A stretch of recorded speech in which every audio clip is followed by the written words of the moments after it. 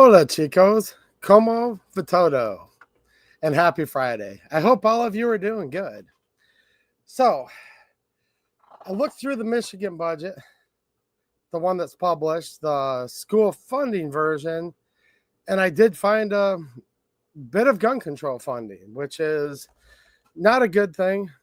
I'm not happy about it. The budget did pass at about 5 a.m.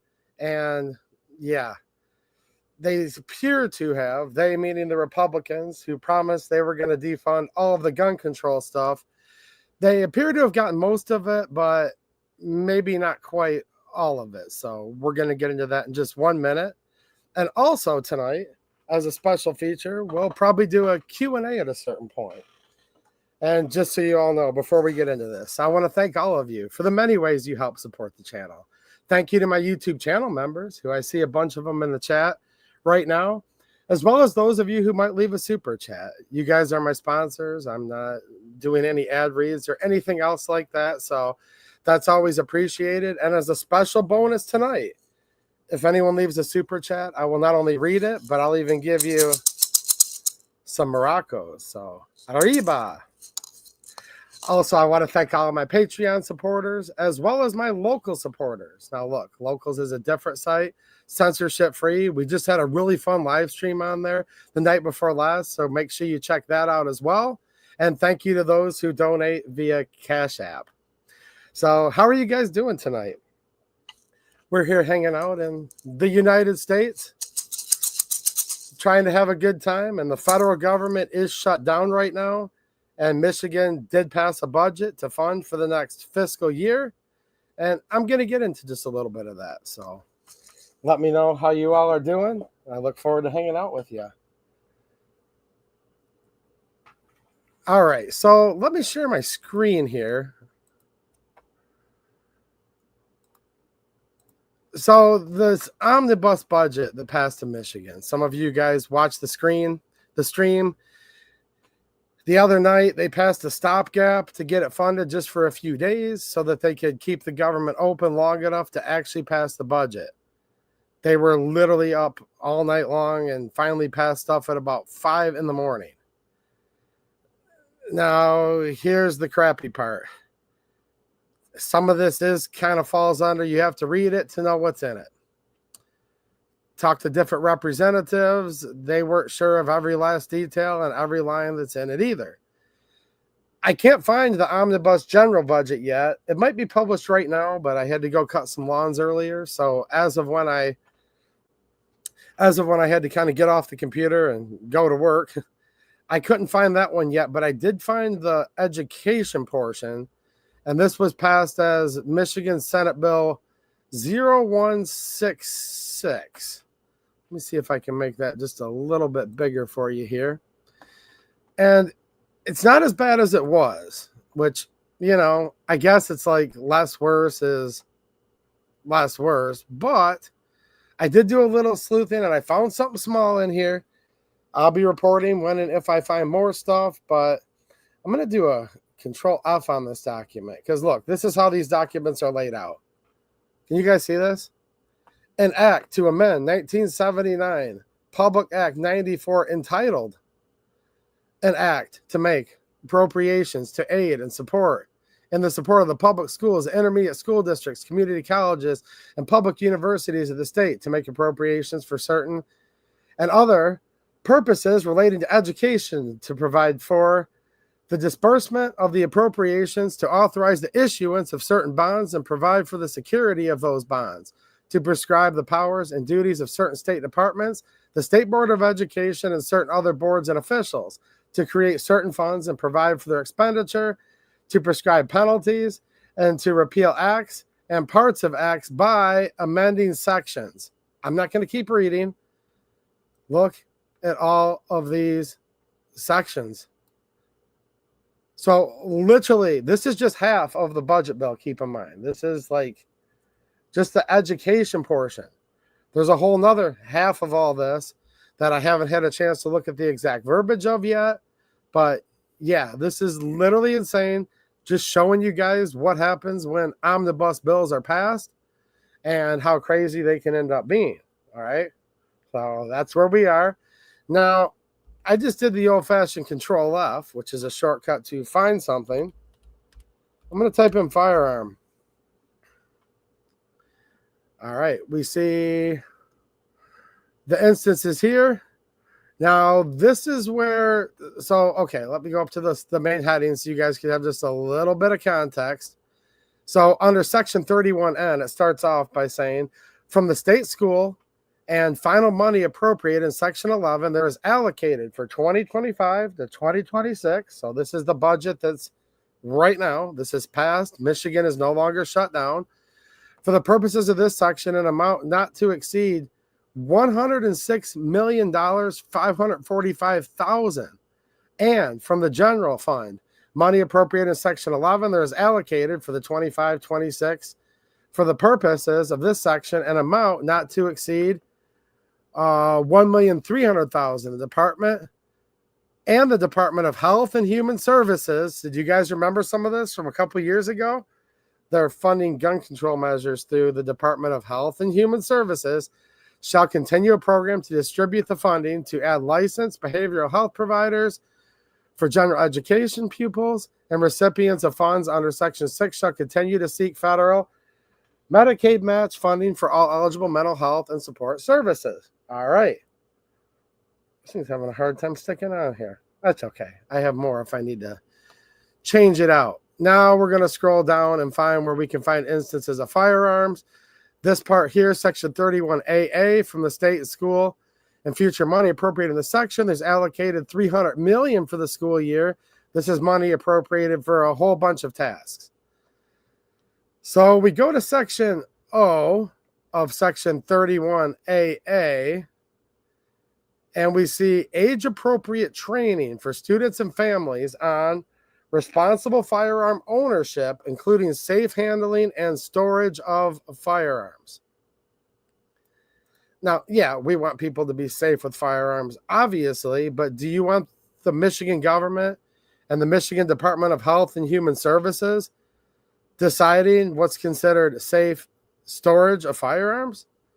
Keep in mind, Michigan has passed a law where if there's children within the home, near the home, maybe coming to the home, including vehicles, all kinds of other things, extensions of the home, and if there's either a child present or a child that may be present, you have to keep your guns locked up.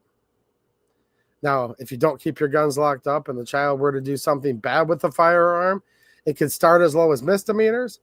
But if somebody were to be injured and something bad, really bad, were to happen with the firearm, that goes all the way up to a felony, in addition to whatever underlying crime you may or may not be charged with as well. And it appears to me, just by reading the plain language here, age-appropriate training for students and families on responsible firearm ownership, including safe handling and safe storage of firearms.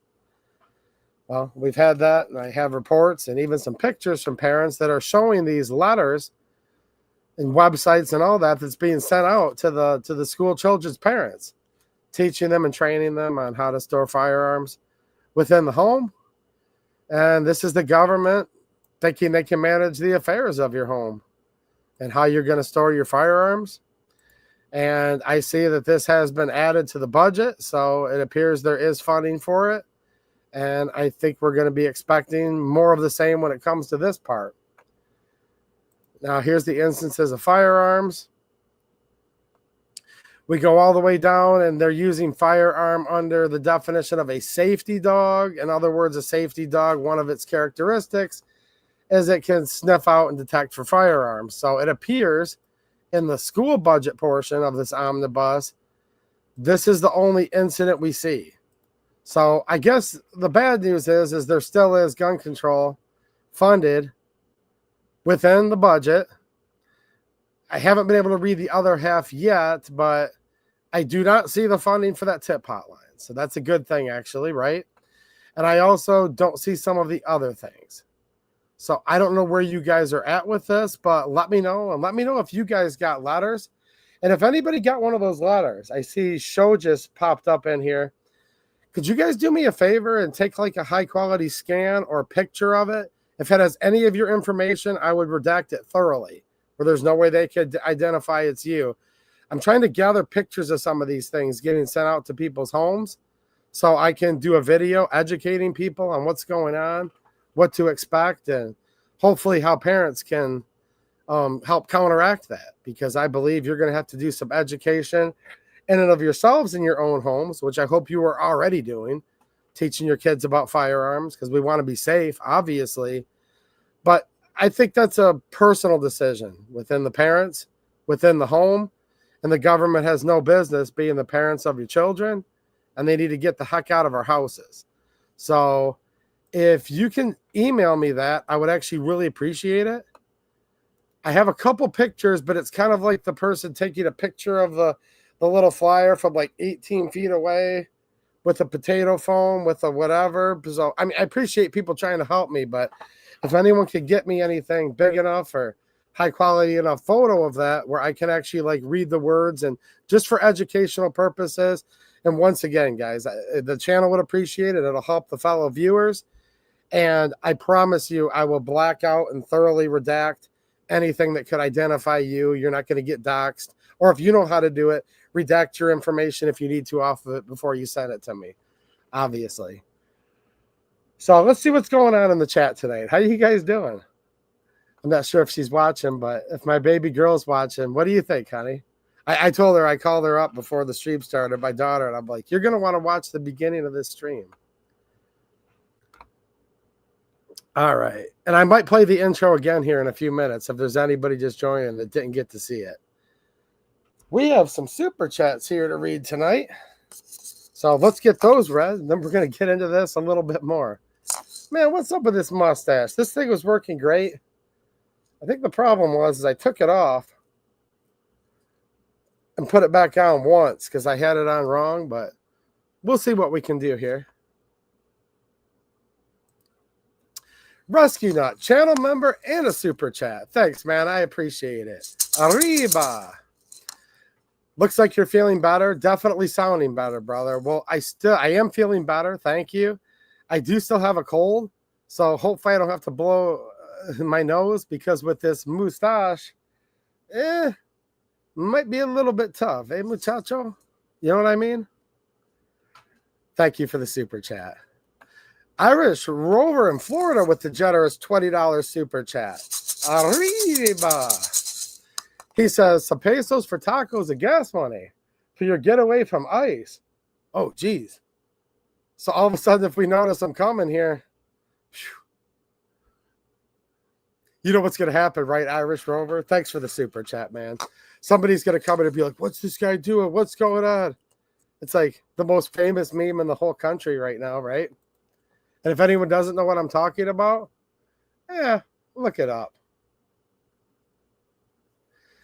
And for some people, it just doesn't work, right, Gort? That's all right, though. You know what I say to that? No way, Jose. So has anybody gotten these emails? Well, emails. I'm sorry. I asked you guys to email me. Has anyone gotten these letters yet from MDHHS talking to you about the safe storage of firearms within the home? It's interesting because a gun shop that I know, and I have this material waiting for the video, he got a letter from MDHHS to the gun shop iterating that he's supposed to have his customer scan this QR code. Now, hold on a minute. QR code, that sounds familiar. Oh, that's right. We just did a video on this channel where Michigan House Republicans want to pass this bill. And look, this QR code bill, they want to add a QR code to the back of your CPL, right? And it will send you to a site that's supposed to show reciprocity, where you can carry with your Michigan CPL in all the different states. And I'm just like, you know what? It's not that it's necessarily gun control in and of itself, but what's the point? No, we need to be freeing up that time and having priorities on passing Representative Jim DeSantis red flag repeal bills, and instead they want to put a QR code. All right, well, I knew it'd be stupid to try to put a QR code on the back of a CPL, because it's like, dude, you can literally look this up in 2 minutes and see where we have reciprocity. So, like, whatever. But here's where it's ironic, and here's where you can't even make this up. So MDHHS, the Michigan Department of Health and Human Services, they've gone through and they've made a QR code that you're supposed to scan on the education for safe storage of firearms. And guess what? He's showing me on his tablet where he scans the QR code. And this is like to show customers, like, here, when you buy this gun, you need to know this info to store firearms within the home. And it appears to me that's been funded again by the budget that just passed, with the House Republicans controlling that chamber. And he scans it and shows me a picture of his tablet. And guess what it says on the screen? Can anybody guess? So the government's going to make a QR code. It's going to solve all your problems. Yeah.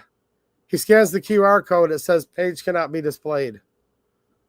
So the QR code for the safe storage of firearms, so-called, within 1 year later of them enacting this, already doesn't scan and doesn't work. So it's just one of those things where it's like, really? Now, I'm actually kind of glad it doesn't work, but at the same time, yeah. Looks like a couple of you here, though, have gotten those letters sent to your house. And my question to you would be, what did you do with it? You know? You don't have to answer me outright, but you're more than welcome to, please. What'd you do with it? Did you sit down with your kids and scan the QR code and show them the propaganda and say, yes, darling, daddy's a terrible person because there's firearms within the home. What a bad guy. Just think about this. With all of the bad people out there, look, they're not always sending their best, are they? All of the problems we have, all of these countries just emptying out their prisons, flooding the United States, times when you need to protect yourself more than ever. That's why we support the Second Amendment, and that's why all of us carry a gun, right? So you have these third world countries, and they have such high death rates. It's carnage. It's like something you'd see in a horror movie. Then before you know it, during the previous administration, they empty all their prisons out, and all of a sudden they have no crime. And they all come here. Look, some of these are bad hombres. They're not sending their best. And you literally can't have a country without borders, can you? So we're sitting here. We go, now this has been going on for a long time, slowly but steadily getting worse. But for the 4 years before Trump got in, certainly it's the worst it's ever been, where they're just spilling through one after another. They come from everywhere. They're not always the best. A lot of times these are career criminals, people that have committed some of the most heinous crimes possible. And you're sitting there in your home, and the government of the state of Michigan, while wanting to fund all of these different derelicts and criminals, they're trying to teach your children that you're the bad guy. Think about this. Your daddy's a bad guy. He has firearms within the home, and he doesn't lock them up, which means that when the criminal comes in, I'm going to switch this out to another one, guys, just so we can still keep having a good time. But it means when the criminal comes in, cocked, locked, and ready to rock, they want you to sit there and fumble with a gun safe, fumble with a gun lock, fumble with a whatever. And that's bad enough. And that's literally an atrocity. And I reject the premise of the government ever telling me how I have to store my gun. Are you kidding me? But nope. They want to teach your children. They want to teach you as parents. This is how you shall act. The state of Michigan shall educate your children, right? And to say it gets in my craw would actually be putting it lightly. Because we live in a time right now where look, this whole world, actually, it's the whole world, but in the United States, so many things have gone crazy, so much violence, and we need good people carrying guns more than ever before, and they want to demonize it, and I'm not happy about it at all, and I was really hoping, let me check this out here, all right, there you go, looking good in the neighborhood, all right. And it's just this indoctrination thing where the government knows best. They want to teach your children. And it's implied where it's like, whoa, well, if the government says you have to store a firearm in a particular way, then that means you're bad if you have another plan. And I know many of teenage kids out there. that understand gun safety very thoroughly, that actually are very good shots, that understand firearms. And we've seen multiple times, haven't we? Multiple times where a teenager actually has protected the home and saved them and their families' lives and their younger siblings' lives. This has happened more than once, more than twice, by using a firearm.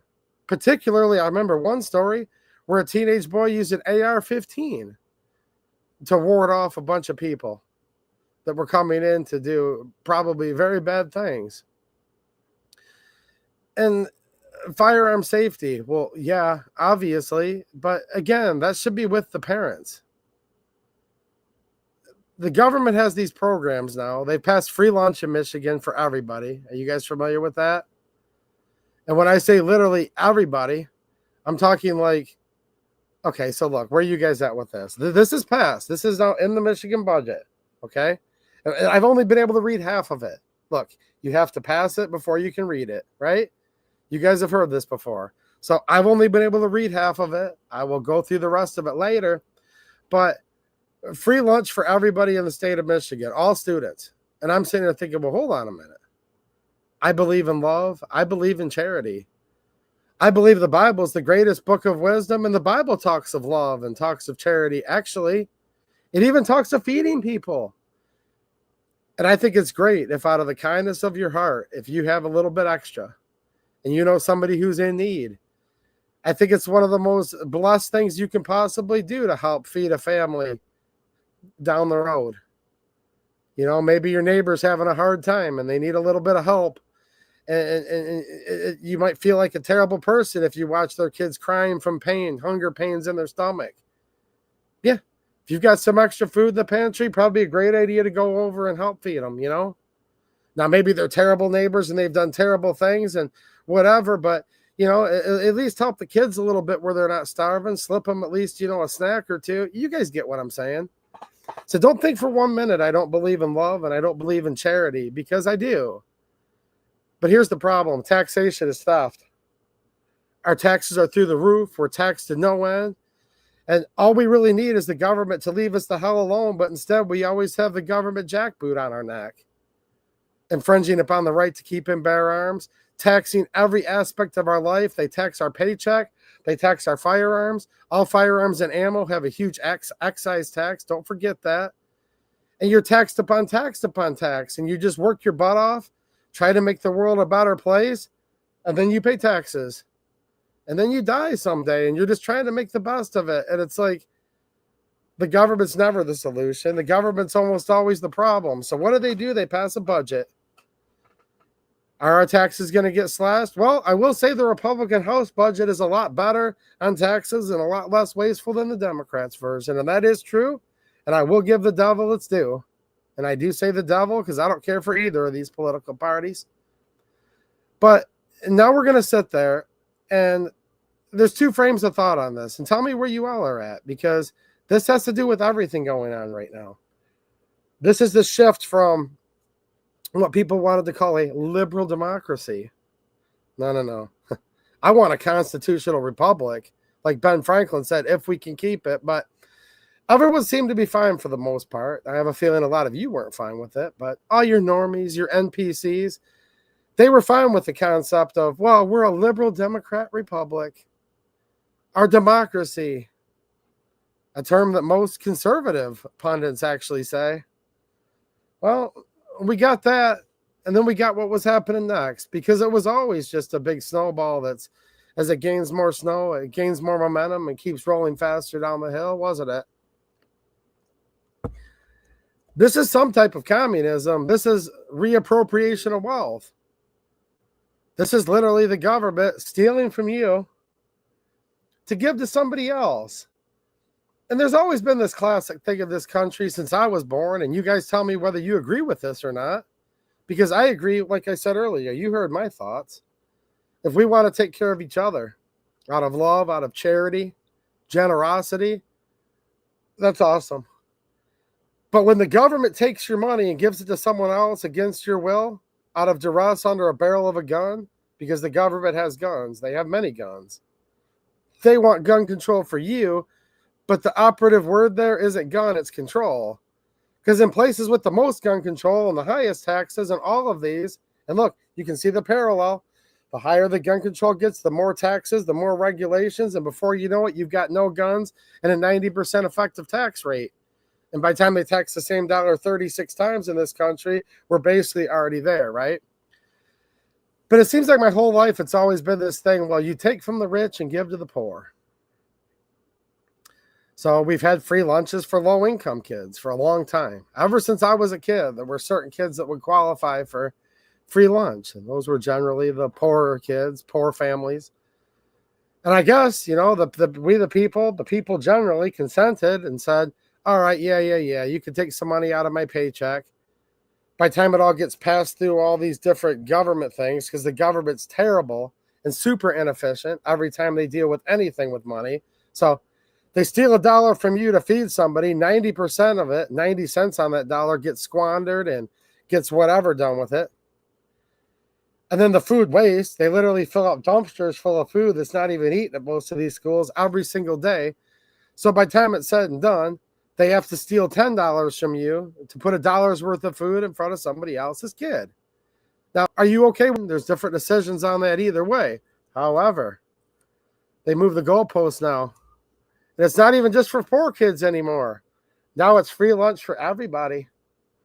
So you could have $10, and I'm making these numbers up, but I don't think I'm too far off because I know how much money's wasted with all this. So are you okay with them stealing $10 of your check, let's just say, to put $1 worth of food in front of a poor kid? That's the first question. But here's the second question. Are you okay with them stealing $10 from your paycheck to put $1 worth of food in front of a rich kid? Whoa. What if you make $50,000 a year in your household? What if you're a single family income and you make $20,000 a year? What about that? And what if they're stealing money from your paycheck to provide a free lunch for a multimillionaire's kid? What about a billionaire's kid? Free lunch for everybody at school now. And there's just something to that. Now, I think of Florida, what Florida did. Shout out to all my friends who live in Florida. Is there anybody from Florida hanging out tonight? From what I understand, you guys have all the way to the end of the year. I think it might go into January, if I'm not mistaken. You guys have a sales tax holiday for firearms, accessories, ammo. I think it's gun safes, just you name it. If it has to do with a gun at all, people in Florida aren't paying any sales tax on that at all. Now, what I would have liked to have seen them do, instead of giving free lunch to everybody, no matter how rich they are, no matter how poor they are, you know, just take and then you give, you know what I mean? Keep in mind, they're also taxing businesses too. It's not just individuals. And when they tax businesses too much, that raises the price of all of your goods that you're purchasing, doesn't it? So then again, it gets passed on to you a whole nother way, right? I think it would have been nice, instead of trying to blow all the money on free lunch for everybody, like literally everybody, then maybe we could have had just little things, you know, they could do a lot better. I'm just throwing it out there as low-hanging fruit. Maybe the House Republicans could have crammed in and said, well, there'll be no sales tax on firearms and ammo for the next 6 months or 3 months or whatever it is they could negotiate. I saw how Florida did it, and I thought that was a terrific idea. Did you guys know that? A lot of people actually don't. Look it up. We pay an excise tax. We do, because it gets passed on to us. But when manufacturers make a firearm in this country, or they make ammunition in this country, there's a very large excise tax. That's in addition to all the plethora of taxes that business pays. It's just another one slapped right on the top because it's a firearm, right? We got some more super chats to read here, so let's keep reading these, and I hope y'all are having a good time tonight. We have Ace Diamond, channel member, and a super chat. Arriba. You guys like these? I officially joined the Old Farts Club. Well, what's happening, man? Because I turned 50 this past Monday. I'm claiming 40, though. Well, shout out to all of the old farts. I'm going to still call you muchacho anyways, all right? I'm going to still call you muchacho, which I believe is a young man, right? I'm trying to brush up on my English, guys, you know. So when I run into ICE, maybe they'll let me stay. Do you guys think they'll let me stay? I saw a couple wisecracks from the audience saying ICE. I'm like, wow, will they let me stay? I'm trying to blend in is what I'm trying to do. I'm trying to assimilate. You know what I mean? It can be hard sometimes for a light-haired, blue-eyed to assimilate into the United States. I understand, but I'm trying to be on the down low right now. That's why I'm wearing a very American outfit. You know what I mean? And I'm trying to stay under the radar for ICE for sure. Spotsford, what's happening, dude? How's it going, man? Channel member and a super chat. Thank you. He says, hola, 2A Edu. ¿Cómo estás? Arriba. Thank you for the super chat, man. I do appreciate it. And hey, one of the benefits is when you guys leave a super chat tonight, you are helping to support and fund the channel. Like I said, no ad reads. Although you could check out the links in the description. There's ways you guys can help, you know. But, yeah, you're also buying a chance for the whole audience to laugh at me. But it's all good. Just trying to blend in, chill, right? Well, how do the younger kids say it, Mateo? ASA, just trying to blend in low-key. That's what we're doing right now. We're blending in low-key Americans sitting here. Aimless Mouse just gifted 5 2A Edu channel memberships. Well, thanks, man. Arriba. Whoa, we got a little too zealous there. Did you see that? Wow. Woo. Man, that when I got too excited and the mustache started to pop off a bit. Thank you for the channel membership gift. And there's 5 of you who just became members. So make sure that you are thanking your friend kindly.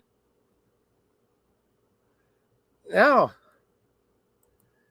we're going to see, because I have a little bit of a suspicion. Now, I'm trying to really stay optimistic here. I promise you, I'm very optimistic right now. But I am thinking, if I had to guess, there might be a little bit more gun control funded in that general budget. But I'm not going to accuse them quite yet until I can go through and read it a bit more. There we go.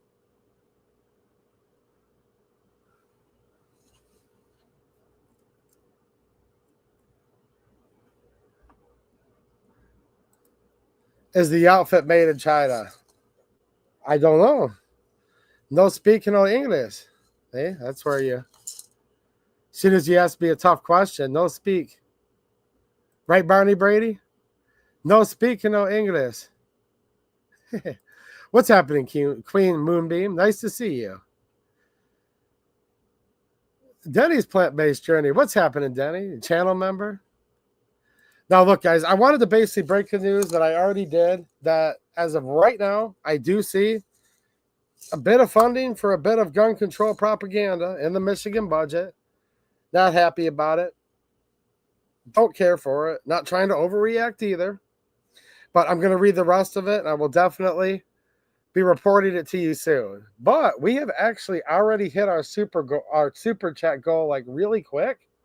So if you guys have questions, you could ask them, and I'm going to answer them. So that's part of this. But I think I'm about ready to roll into a Q&A.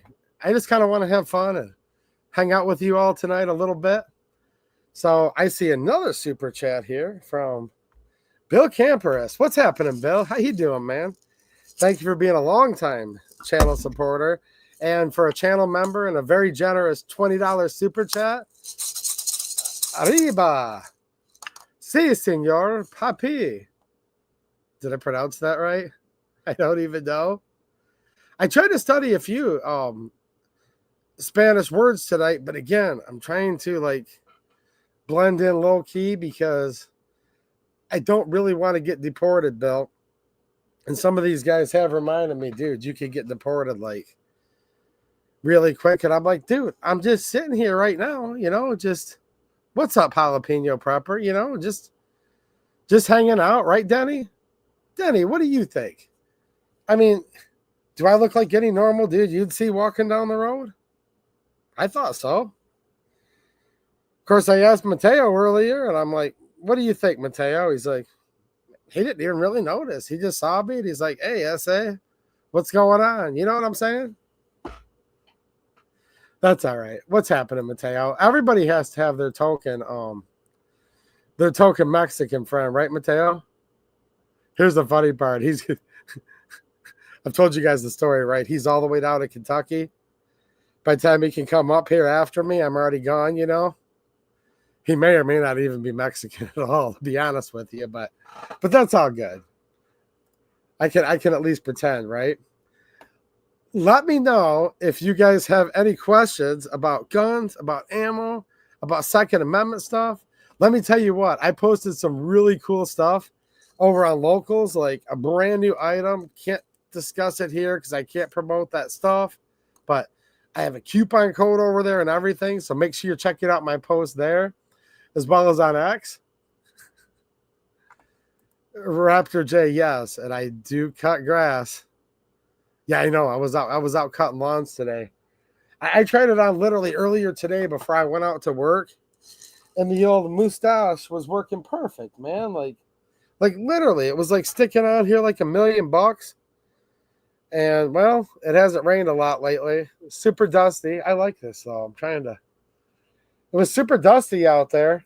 And I think what happened is, you know what happens. I got a little stubble on my face and I think a bunch of dirt.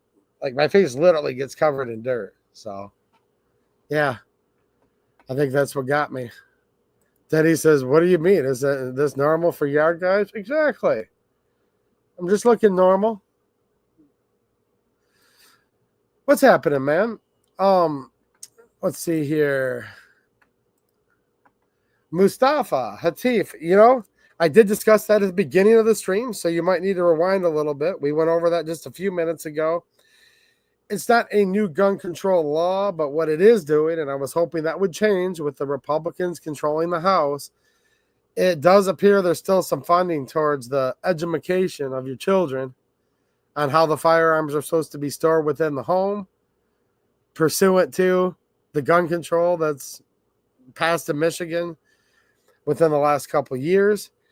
And again, man, I'm all about being safe, but I'm all about parents being able to be the parents of their children, not having the government. So not having the government try to raise your children. I see some questions coming in. Good. I will answer as many of these as I can. And I see another super chat here, which is definitely helping the cause tonight. So thank you, guys. First of all, we have a super chat from Raptor J, channel member. Arriba. So you guys wouldn't even know the difference, would you? He says, don't let them bribe you into self-deporting. Well, I was actually going to have to take the bribe, but due to the generous super chats, we probably only need a couple more tonight, to be honest, and I'll be able to afford to just stay here and not have to self-deport. So thank you to you and all of the other ways many of you support the channel that we might be able to still stick around. Now, that would be funny, wouldn't it? Like, I'm out here just hanging out low-key. Look, all I'm trying to do is blend in. All I ever wanted to do is be left alone and trying to blend in. I'm getting ready for the new Democrat portion of the United States federal government budget. You guys know the government shut down on the federal level, right? And there is something that might affect some of you gun-related. Does anybody know what it is? Is anybody curious what it is? Because I got a little bit of a heads up from a friend earlier today. So there is something on the federal level as the government stays shut down, right? And I think for like the first 2 weeks, they're saying that even though the government's not funded, the federal government, they're going to be able to still keep a lot of stuff going. But soon they're going to be shutting down tons of things if they can't reach a budget decision. And there is something gun related that might pertain to some of you. And yes, we need to teach our own children. And I think everybody here is all about gun safety to the nth degree with themselves, with their children. And we just don't want the government in our house, right? Because look, these safe storage laws, like every single law there is, and this is why gun control laws will never, ever, ever work. These laws, by their very nature, only affect the law-abiding. because criminals by definition don't follow laws. And good people with a good moral compass don't need a law to do the right thing. I mean, think about it. How have you all been teaching firearm safety to your children their whole life, however long you've had children? Maybe your children are grown now in many cases and you're teaching your grandchildren, right? Well, there wasn't a law trying to indoctrinate your children to turn against you and think you're a bad parent if you're not storing them right before this. So how did you ever survive, right? Think about that. How could you possibly survive if the government wasn't mandating how you? No, it's because you don't need a safe storage firearms law. Because you're a good person.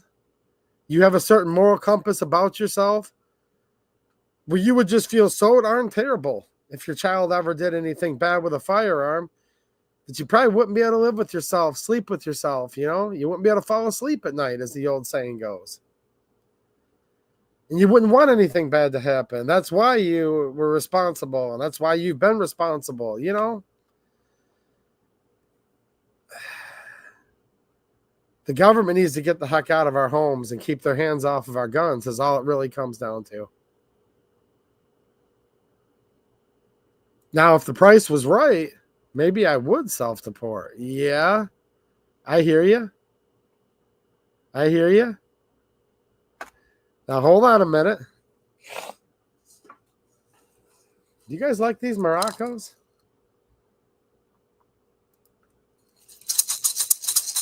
Arriba!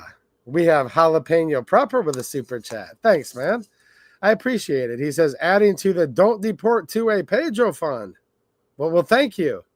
I definitely appreciate it, and we might be able to stick around. How much is that bribe that the federal government pays to self-deport? I think we're getting close, though. Thanks, man. I appreciate the super chat. And what was that old movie? It said vote for Pedro. Do you guys remember that movie?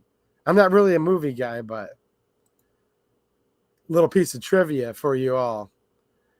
All right, let's see here. A couple questions I am going to answer as we're going through. And if you guys have any, let me know. And we'll hang out and have a good time. And I will throw my thoughts out at stuff that you might want to know about or just discuss, you know. Sprotsford says, 2A EDU, your thoughts on the PSA crank off? Well, I shot their 5.56 crank. Was that last year? I think when it first came out, I thought it was a blast. I like a short barreled AK, and yeah, do I own one? No, but I did shoot one at the PSA, the gathering event in South Carolina. I have a little experience, and I think it's cool. Now, I can tell you guys a lot about my GF3 OD green blem. If you want more info on that, check out, there was a smoking deal. Look at my most recent locals live stream where we did have a really good time. You guys can go back and watch the replay. That one, we've got thousands and thousands of rounds through. Haven't cleaned it or even oiled it since the very beginning. So I do have several PSA AKs. I have a very high opinion of the one that I say we, meaning me and quite a few of the guys that I see in the chat tonight. Literally ran that thing like crazy, like 1,000 rounds in less than an hour, like 3 different times, plus a bunch of other times of me sitting there blasting with it. So, yeah. So that's my thing. I don't want to tell you I have a PSA crank off with tons of rounds through it because I don't. So that's my experience, and hopefully that helps you a little bit. And if you guys are interested in any of the stuff like from these sites, go over to my locals and just, you know, use my links. It's a way you can literally help keep the channel going with no money out of your pocket. I can't say too much about that here, but yeah. Vince Metzger, channel member. What's happening, Vince? How you doing, man? He says, question, do you know if PSA will make 545? Well, go back probably what? Is it 2 or 3 years ago now? I'm not even sure. They gave me the information that they would be making steel-cased ammo. I was the very first person to report it on all of YouTube, like the first person to report it anywhere. Do you guys remember that? And I knew they were going to. That was 3 years ago or 4 years ago now. It's been a while because I had seen the tooling. I had seen like physical evidence it was going to be coming. Took them a little while to get it going, right? Like everything does, especially all the stuff that company does. Now, when we say PSA, you probably mean their sister company, AAC, right? America's Ammunition Company. They're both owned by the same group, and I kind of get in the habit of calling it PSA ammo. Anyways, the better way to probably say it is AAC ammo, right? Or you could call it Soviet Arms Ammo by AAC. And they announced some initial offerings of what they were going to be making, and I was actually the first person to get that list, and I did the video reporting that. And that may be exactly what you're talking about. Initially, yeah, 7.62 by 39 was going to be the first one of like the Soviet block rounds, if you will, followed by 5.45. 6.5 Grendel was on the list, actually, and that has come to fruition. It's been available for a while. Great price and everything, right? So the 5.45 by 39, though. See, 2A Warrior 92 will tell you about it. He knows about it. He shot it a little bit. Isn't that right? The 5.45 by 39 was on the list. Apparently plans have changed because now here we are a couple years later, and we haven't seen 5.45 by 39 coming out yet. I had heard via a rumor that they weren't going to be making it, but I did not hear that personally myself. Nobody from PSA actually literally told me that. Confirmed. So, I will see if I can find out. If they're not making it yet, and they're not, and let's just say hypothetically, if they're not going to, because I'm not saying with any authority that they're not going to, but if they don't, I could kind of guess why, and it does suck, right? Because 5.45 by 39, here's what happened to it. I'll give you guys a little history lesson. So you go back in Soviet Russia and all the different satellites and all of the dozens of countries that use the AK, the Kalashnikov. Designed 1949. It's the Kalashnikov, the automatic Kalashnikov of 1947. That's where we get AK. More specifically, Automat Kalashnikova. And then the last 2 years, just like with many military firearms, that's your model, that's your year. Well, undergoes several changes fairly quickly. By the time we get to 1959, we get into the AKM. That is the automatic Kalashnikov modernized stamp sheet metal receiver. And that's the standard issue. Many countries license it, some don't license it, exported. And when we see it, it's the most prolific rifle in the whole world, right? And I think it's still probably the most commonly produced and out there in the world rifles that there is. It's insane if you really think about it. Popular in the U.S., but just so many other countries throughout the world. Well, then we start to change in the mid-1970s. I'm giving you a very abbreviated version.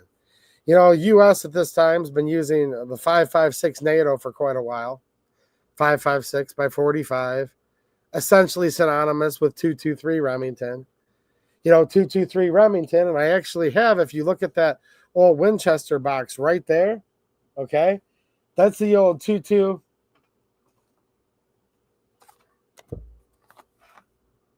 This is the old 2.22 Remington. So, this basically is part of the evolution thereof, if you will, of what becomes the United States round. So we go from 30-06. You think of that in World War II.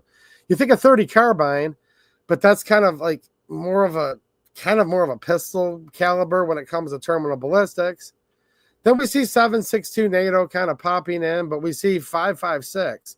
It's a varmint round, is really what it is. The United States military at this point doesn't actually make or service or field, a true intermediate rifle round. Now, people are going to say, yeah, 5.56 is an intermediate round. But in my opinion, it's actually really not. It's a varmint round. And some of the advantages of this is it's lighter weight. You can carry more for the same pounds, and ounces equals pounds, pounds equals pain, right? The other issue is, and this is a strategy that people have often talked about, where Instead of just instantly taking a troop out, you wound them, and then it takes them out of the fight. And it takes a couple other able-bodied troops to tend to them. Well, this is a theory that may or may not have more merit. War is an ugly thing, and I know it sounds terrible, like maiming people and stuff, but, you know, from what I understand, that's kind of some of the logic with some of this at the end of the day, right? Well, Russia comes out with their version, if you will, of 5.56. Now, they're not going to use 5.56 NATO because they're not a NATO country. And no matter what, at this point in time, and still today, for the most part, they're not wanting to have their stuff compatible with like the enemy stuff, right? And I'm talking not just Russia, but the whole communist bloc and many of their allies, even outside of the Iron Curtain, right?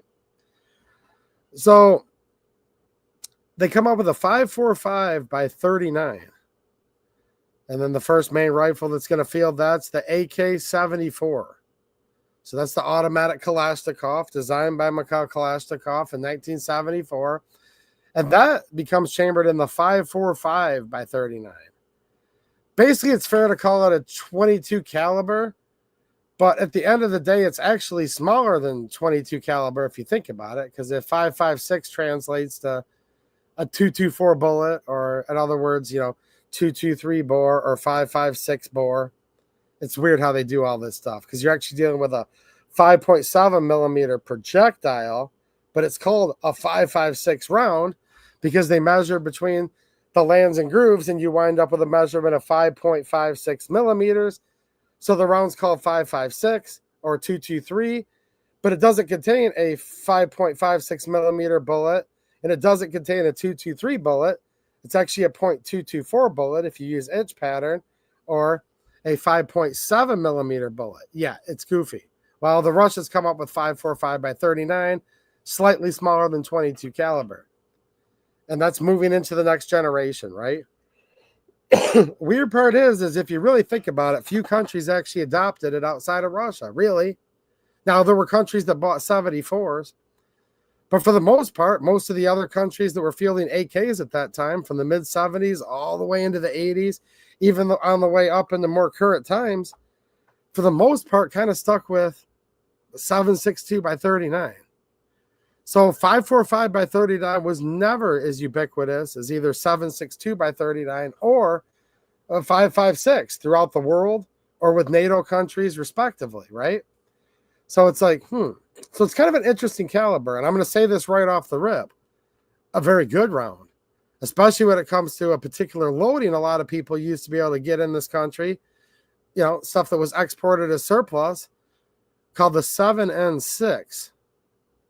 Okay, you guys might be familiar with it. I'll tell you a little story about that in a minute. And I hope you guys aren't getting bored with this whole in-depth AK talk, all right?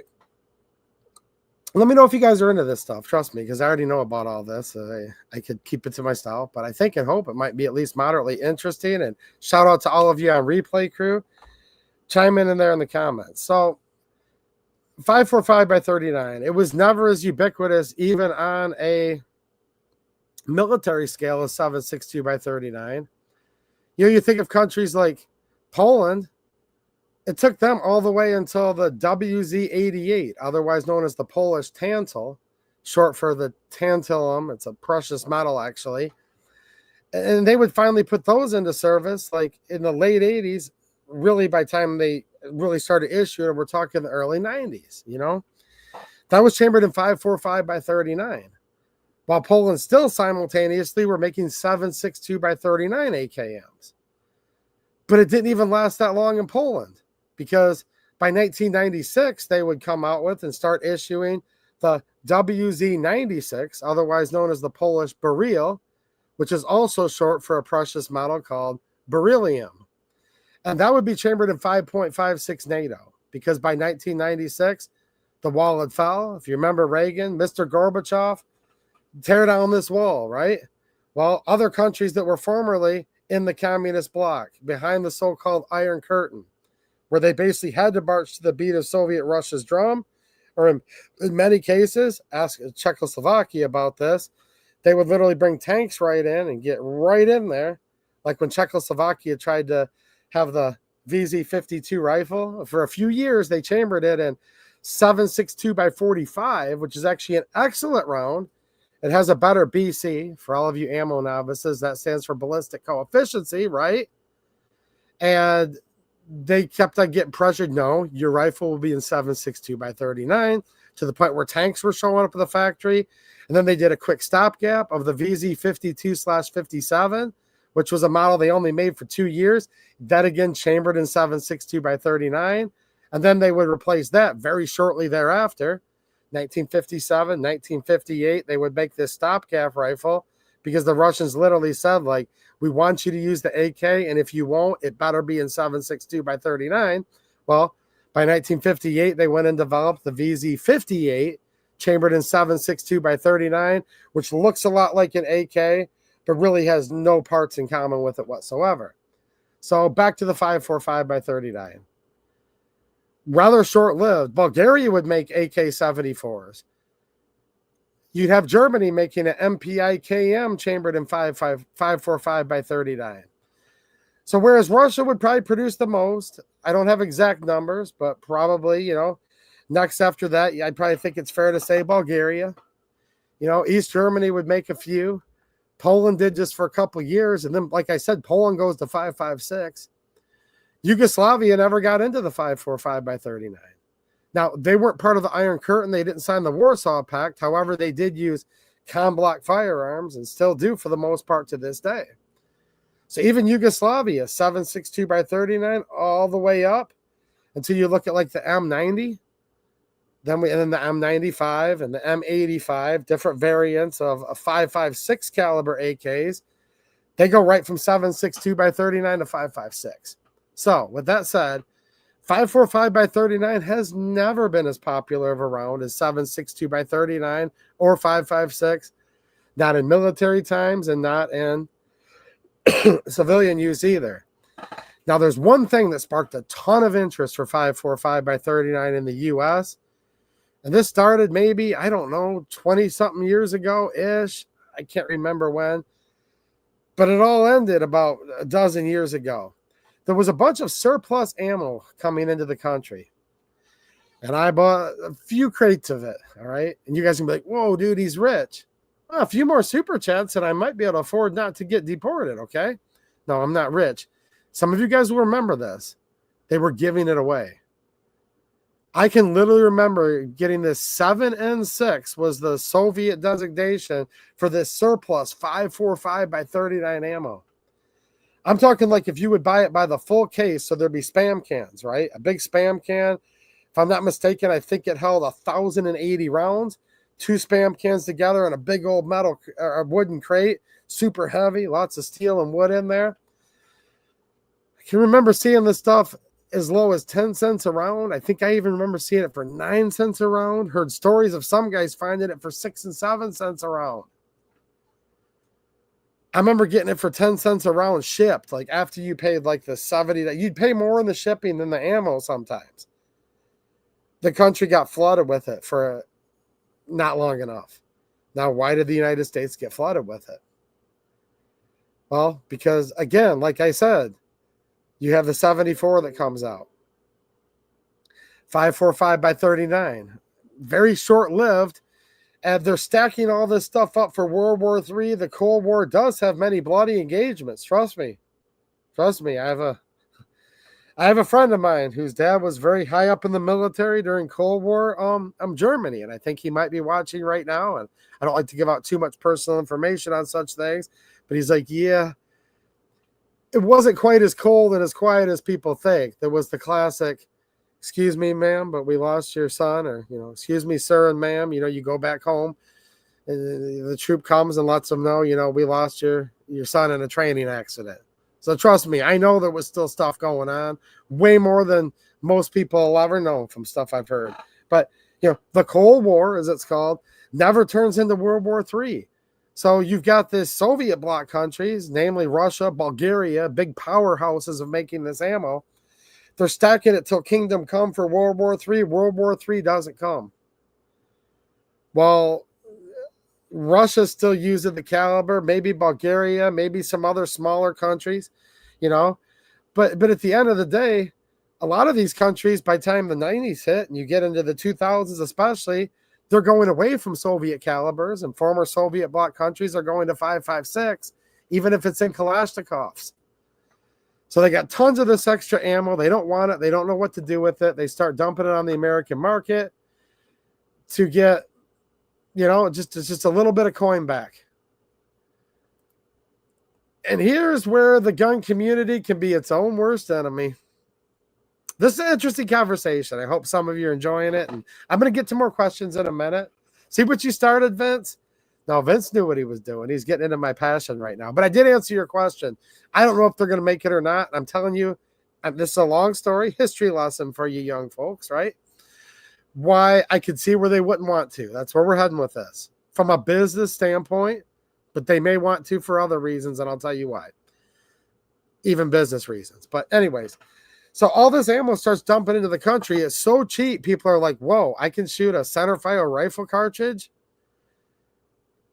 for like super, super cheap. Like the only thing cheaper to shoot than that at a certain point was like maybe like 22.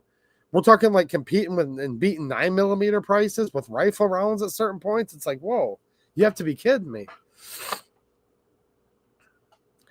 Well, the round's a cool round.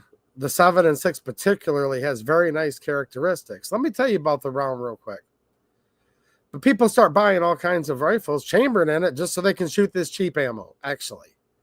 If it wasn't for all that 7.6 that came in the country, we probably wouldn't have seen nearly as many AK-74s, I'm saying that very loosely, as we did. You would see ARs at certain points, made in 5.45, dedicated uppers, although there weren't a lot of them, but there was a particular AR that was supposedly made that I doubt it, and I think the whole thing is a big conspiracy theory that shut it all down, and then the community came in, just the gun community period came in and screwed us even worse. But I'll continue and get to that in 1 minute. The 7.6 round, this is going to be a segue here. I'm heading somewhere with this. It's a really wicked round for two reasons, not just because it was cheap. First of all, it's a steel core projectile. Well, there's reasons you might want steel core, right? Because sometimes people hide behind things. I mean, I think that's literally the simplest way to word it. Think about a lot of you that are in the 5.56, you think of M855. Some of you think of M855A1 and other rounds, but the old green tip, that's something that I think everyone in here either owns some themselves or you've at least seen it before. You're welcome, Sprotsford. So I'm sitting here thinking to myself, all right, cool. Now, us AK guys, because I say us AK guys, look, I have as many ARs as anybody. I'm into ARs too. I'm into all guns. Love guns. America's rifle, go get them. You know what I mean? Arriba, America's rifle. You guys can just tell by looking at me right now. I'm as American as apple pie, okay? Love America's rifle. See, look. However, you can tell. This is how you know you can believe everything I tell you right now.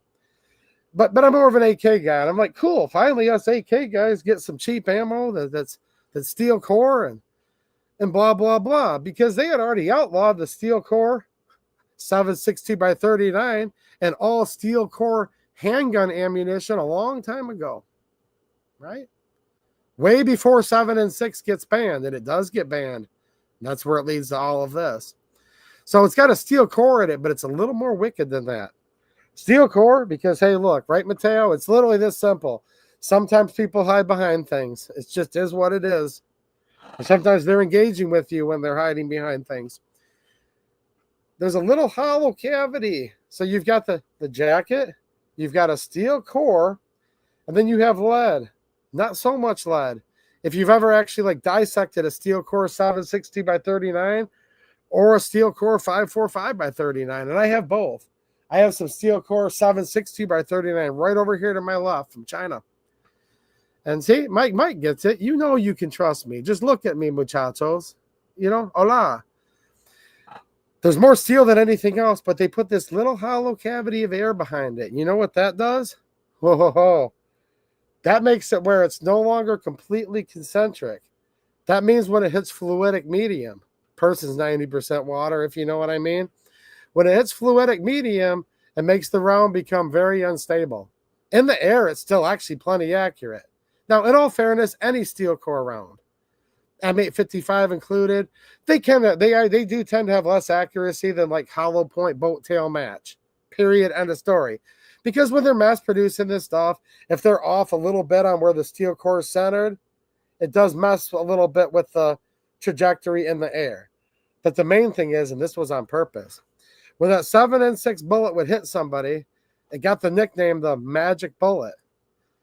Because as soon as it hit fluidic medium, it would immediately become unstable, and it would what's referred to as yaw. Now, this is a very, very fast round. We're talking getting up there, different loadings, whatever, but you're talking over 3,000 foot per second. General rule of thumb, I think, is fair to say. So it hits at extremely high speed.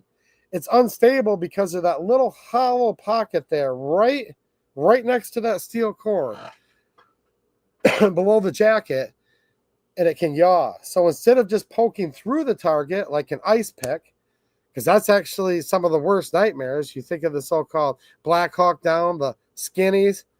Yeah, these people were hopped up on so many drugs and they're so malnourished that many of them, it took like mag dumps of M855 to stop them because there was just ice picking through them because they didn't have enough meat on the bone for the bullets to start to act like they're supposed to. Does that make sense? Man, but the 5.45 by 39 nasty, when it would hit the fluidic medium, it could hit here and veer out to the side. It could tumble. It could what's called yaw, which is basically like, just up, down, sideways. Not uncommon to hear of somebody getting shot in the chest, the bullets in their stomach. Just crazy stuff. And this is all nasty stuff, guys. This is nasty stuff. That's why don't mistake me for a hippie pacifist, because I'm not. But if you want peace, you have to prepare for war. But war is nasty, man. This is nasty, nasty stuff. And that's why I tried to say this earlier. Like, it kind of got to the point where it seemed like the rounds used by both the U.S. and all the countries we fighting, the nastier you could maim somebody more than just that old DRT. Isn't that the acronym for when you hit them and they drop? Instead of just DRT, I mean an OT-6. I mean, God bless Charlie Kirk, right? OT-6, do I need to say anything more? That wasn't what they wanted anymore. They wanted lighter ammo, more maneuverable troops, and these lighter rounds with the speed they have just has nasty terminal effect. And there was nothing nastier that U.S. civilians could buy than a 7N6 round. So now all of a sudden the round starts getting massive popularity in the United States because A, it's super, super cheap. And at the end of the day, a lot of people are either poor or they're cheap or both. And it actually has nasty wounding characteristics. And people are like, whoa, this is real deal military ammo. Now it gets banned. And here's basically how that goes down. There was a law passed all the way back in the 80s, right? Back in the 80s. And let me know what you guys think here in the chat. I see a few people. I think most people are just listening at this point, hopefully. You guys are enjoying this. It's not like my typical Friday night live stream, but hey, whatever. So by the late 80s, they've already banned, quote, armor-piercing handgun ammo. And the definition comes down to not just how much armor it'll pierce or won't. It's not based on anything scientific like that. This is based on what the bullet's primarily constructed of. And if it has too much steel in it, it's considered to be an armor-piercing round.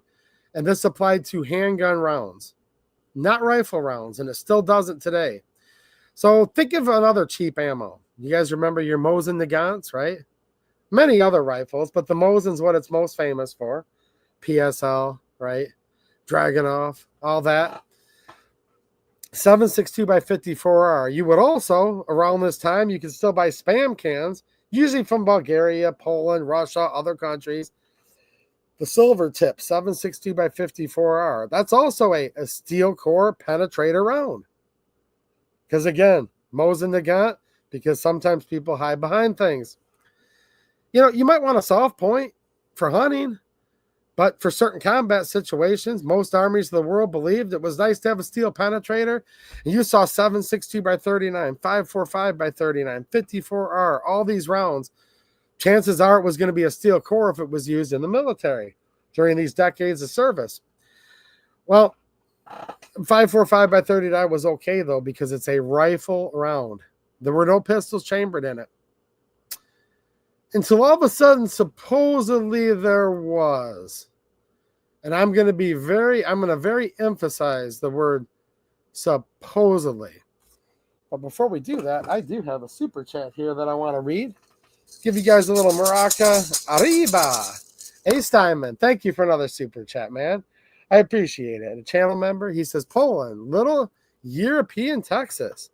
Yes, Poland has been known to try to stay more independent and fight back. And look, I'm not an expert, never been there, but from what I read and hear, I do like how Poland does things generally, and they seem a little bit less cucked, for lack of a better word, than a lot of the rest of Europe at this point. Hungary seems like they're kicking butt too, and other countries. Denny's chiming in saying, yep, 1,080 rounds. And Mike H says, brother has that stuff. Yep, inexpensive. So they're giving this away. All of a sudden, out of the blue, it's like, give me a break. Yeah, right. All of a sudden, supposedly, according to the ATF, well, tell me if any of you believe this or not. According to the ATF, they say, hold on a minute. There's this company out here, and I believe, if I'm not mistaken, I have no script, guys, so correct me if I'm wrong. I know Mateo knows this. But I believe it's a company called Olympic Arms, old Oli Arms. They supposedly submit a sample to the ATF. And they say, here, we've now designed a 5.45 by 39 AR pistol. You guys see where this is heading? And the ATF says, oh, okay, interesting. Now, here's the thing. As far as I know, they never produced this 5.45 by 39 pistol. I've never seen it. I don't know anyone that ever saw it. But the ATF became aware. And this is where some gun companies, man, they just screw stuff up so quick. But this Olympic Arms, and I'm just sitting here like, oh.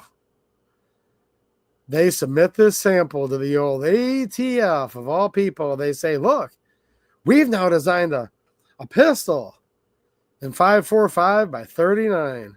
And guess what? Immediately they come in there and say, the ATF says, whoa, whoa, whoa. There's a pistol that exists, not in the public. No. It's not been mass produced. Does anyone have one? No. Did they even really submit one? Nobody knows. Was it a clay model? Was it the picture that I saw of it on the ATF submission? This is back years ago now. It's all like grainy and it's like black and white. And you're like, what the heck's going on here? But supposedly, Olympic Arms comes out and say, we have a 5.45 by 39 pistol. Can anyone guess what happens immediately after that? So we're going to be able to blame a member of the gun industry for this because they needed to not kick a sleeping dog, let sleeping dogs lie. That ammo was still coming over here in droves. It was only getting cheaper. They were bringing so much in. And this is a wicked round, man. Like, for you guys that know, like, this is something that if it was let's just say this country fell into disarray and you had to do the old boot, scoot, and boogie, as people say, you guys know what I'm talking about, or for SHTF. You know what I mean? Yeah, Mateo. And thank you, JR. Oli Arms comes out with this. Thank you, B Maxie. Now, this isn't scripted, Harry Grimley. Come on now. Who could write all this stuff in a script? You could even make up some of the knowledge I have on different things like this, could you? Guys, I'm going to give you my honest opinion. This pistol didn't exist. In my opinion, I bet you there's a thing where, it existed in the most semantics of whatever. I think the old government calls some of these companies now and again. Now, I'm not saying this about Oli Arms specifically. This is my opinion. But I think they do call some of these companies, like, you want to stay on our good graces, get stuff approved. We need you to hurry up and make a pistol design in this, so we can ban this round. The U.S. government did not want us to have this round. They're like, oh, whoa, this is like what the Red Army was using. Like, we know this is actually like real deal ammunition of war. And it is. And look, I say this with all due respect. That this 545, some of the loadings of that compared to like an M855 556, yeah, dude, like just combat carnage and effectiveness. That 7 and 6 is a much more brutal round, in my opinion. And you guys tell me if you disagree. Fine, I don't care. Much more nasty. That's really the right word. This stuff gives me the creeps, by the way. I'm not a violent person at all.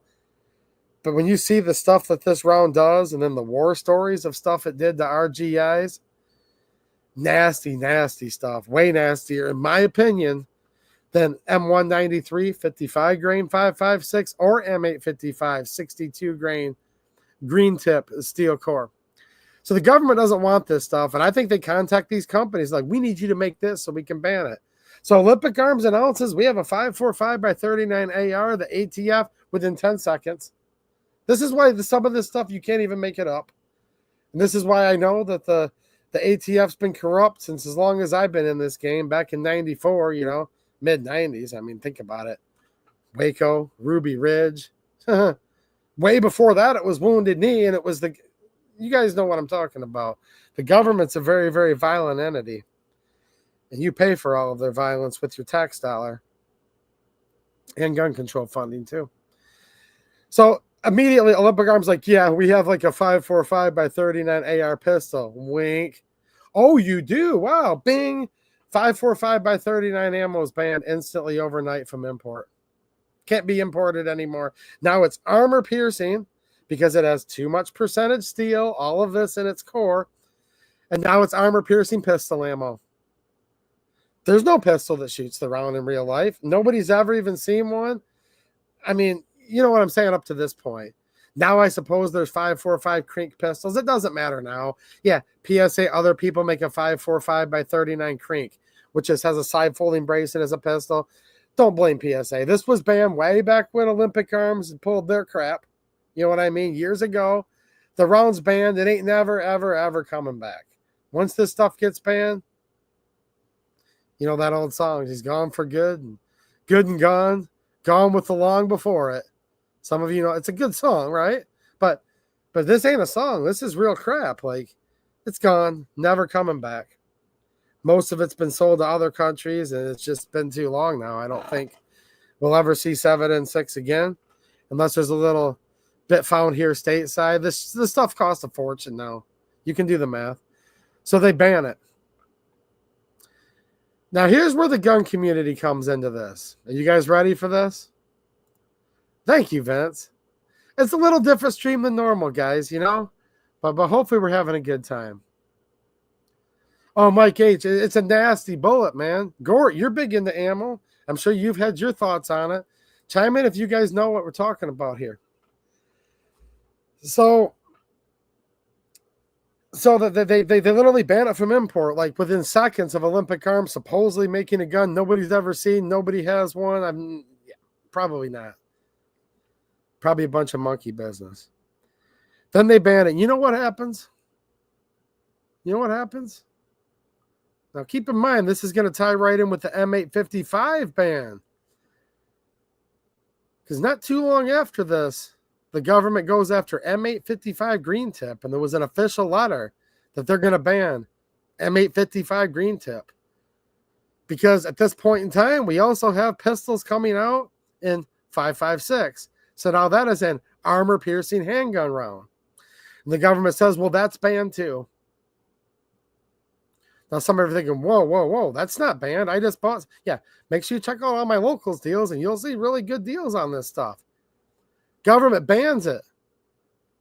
But hold on to it. Hold on, though. This is a long story, is why it's so good. There's immediate outcry from the gun community. Not just a little bit, but a lot. People are up in arms. This is 5.56. This is America's caliber.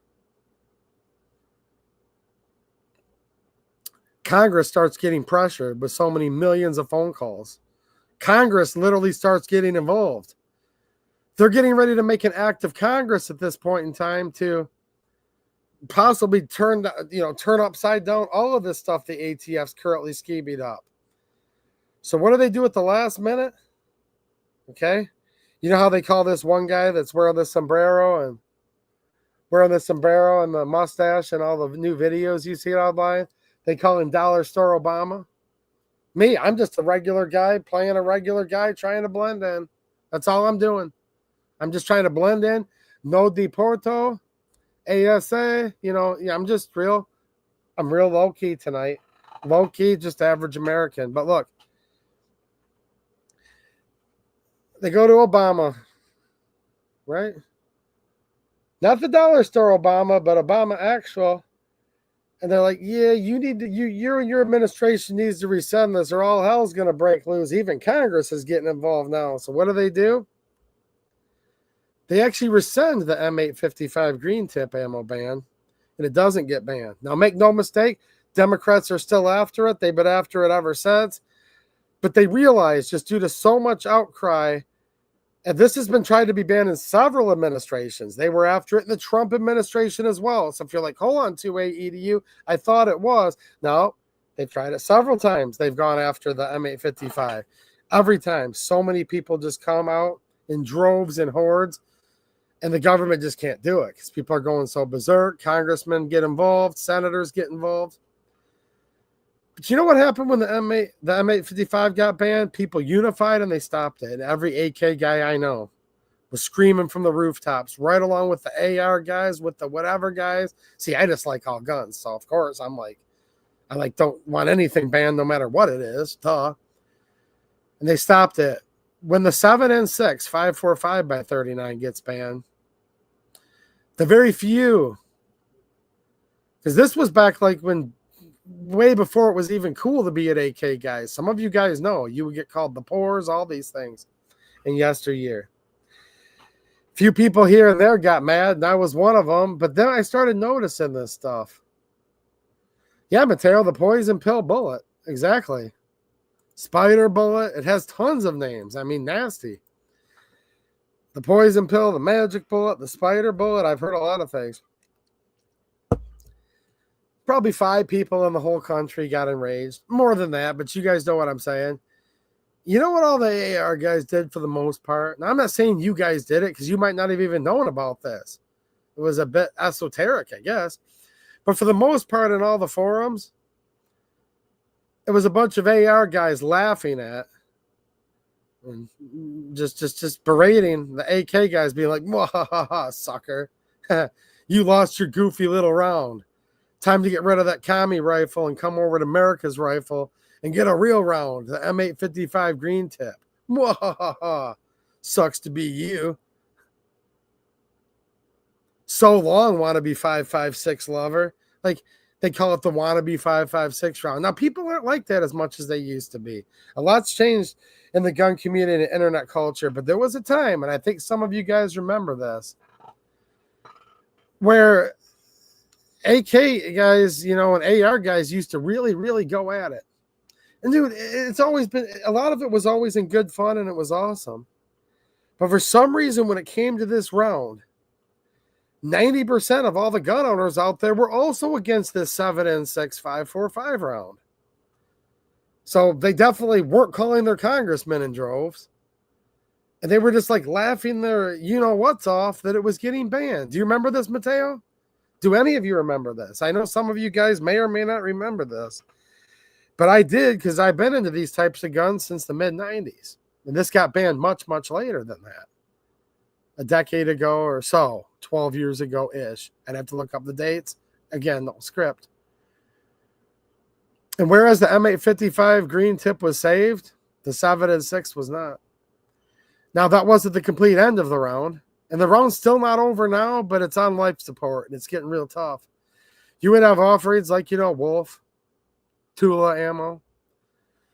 A couple others would still keep bringing it in from Russia, and it would usually cost a touch more per round, quite frankly, than 7.62 by 39. We're talking Russian steel case, modern production stuff.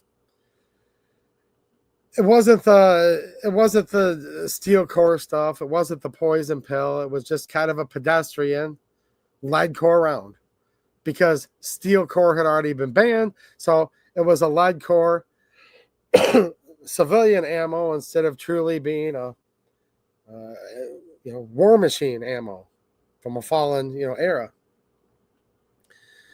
And it was available and people buy it. I'd buy it under Wolf, Military Classic, Tula ammo. I'd buy it under, Silver Bear. The Silver Bear was actually my favorite offering. Golden Tiger, which is the Vimpel company. And, pardon my Russian, I'm just a regular white boy American, but you know what I'm saying. As you can tell by looking at me, very fair complected, just kind of blending in, white American. But it was available and it was around, but it had lost its fervor by then. 545 was already on its way out. Some people still shot the 7.6, but then it gets to the point where even if you hoarded the 7.6, how rich are you just to be plinking with it at the range? Because all of a sudden this stuff's worth like $1 a round and more in some cases, right? Well, you don't really want to run that down range, so you're kind of hoarding that up, or maybe people are selling it and they're buying stuff coming in from Russia. I say cost per round because a lot of times the 545 by 39 would be packaged in a 30-round container rather than 20. So sometimes the box would cost more, but you got 10 more rounds, so it was about the same-ish.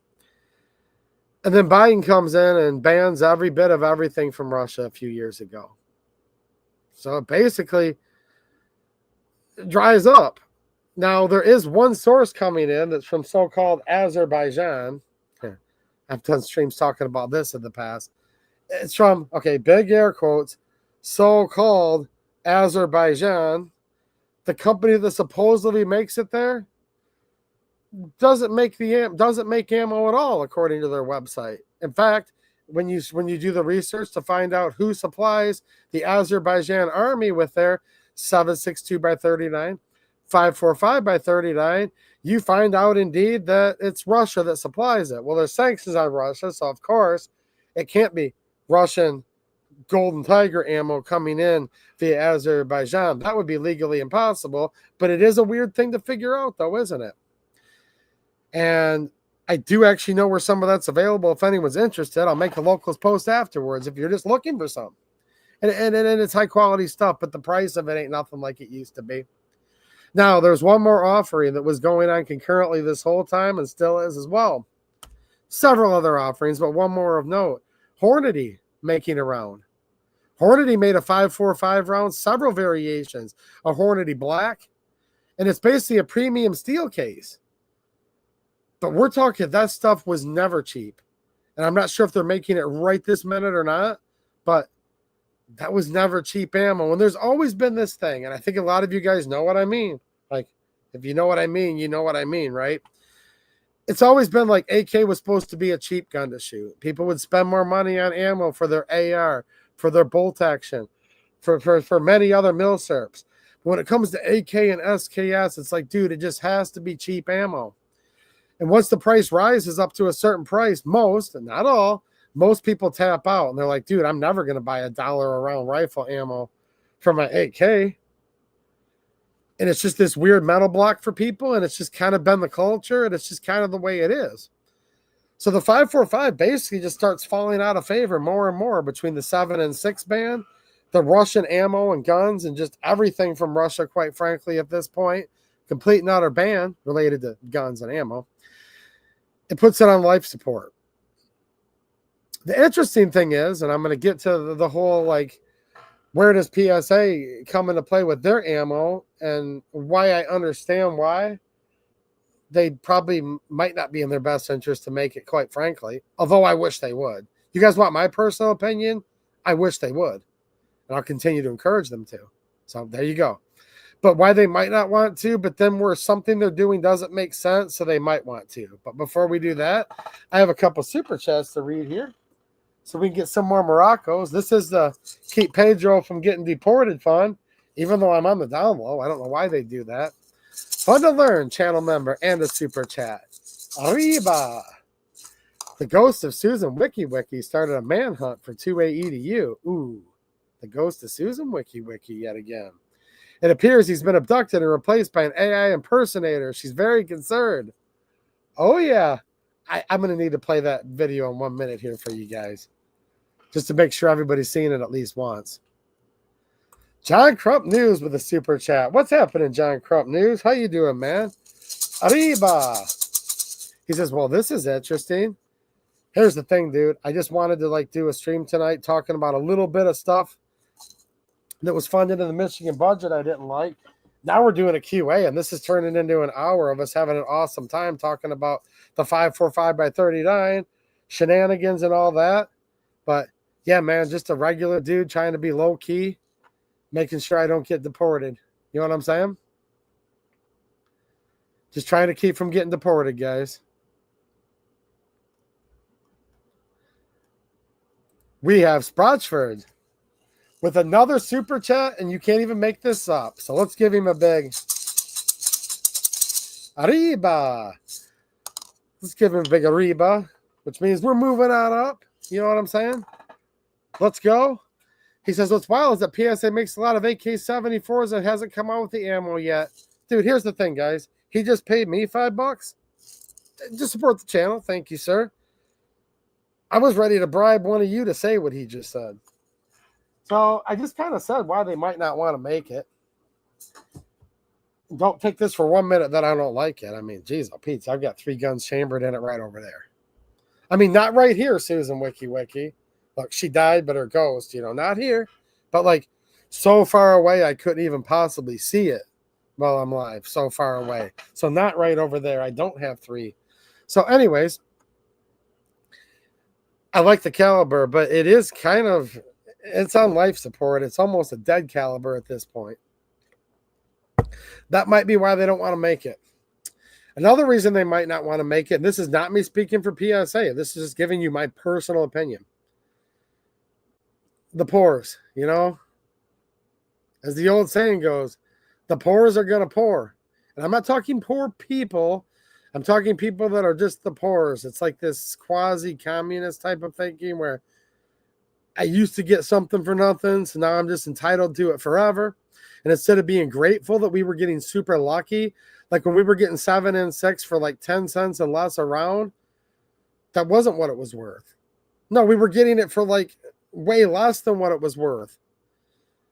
And I always try to look at things in life to be grateful and be like, dude, I'm not mad because something's going for what it's worth just because I got lucky in the past and got it for like half price. But it just ain't the way the poors think. And again, one more time, not people that happen to be poor. The poors, in air quotes, is just an ethos. And it's a nasty little ethos that you see a lot all over the place. So the poors have it in their head that they're like, dude, but I used to be able to get 7 and 6 for 6, 7, 8 cents, maybe 10 cents out the door around. And they're going to lose their mind. When all of a sudden, I'm just going to guess here, when AAC, Soviet arms, is going to have to, Soviet ammo. I have some of it right here, I believe. Yeah, I'll show you guys some of their stuff right now. I'll show you some of their 545x39 right here. I'm joking. I don't have any of their 545x39. But when this came out, and I literally, you guys remember this. That's why you're asking me this question, Vince, aren't you? Since I was the first person that announced they were going to be making it, and then I was the first person to tell you guys the caliber lineup, which clearly they have changed their mind. Okay, that's obvious. I was giving you accurate, 100% accurate info right from the horse's mouth when I gave it to you. Sometimes new people come into the equation. Sometimes minds change. Companies do this stuff all the time. Things have clearly been reprioritized, and we've not seen this yet. But I was literally set the first 2 boxes. The first box of this and the first box of the Saber Black Tip Soviet arms ammo. And I did a video right away showing it to you. And I bought more sets, and I bought this with my own money.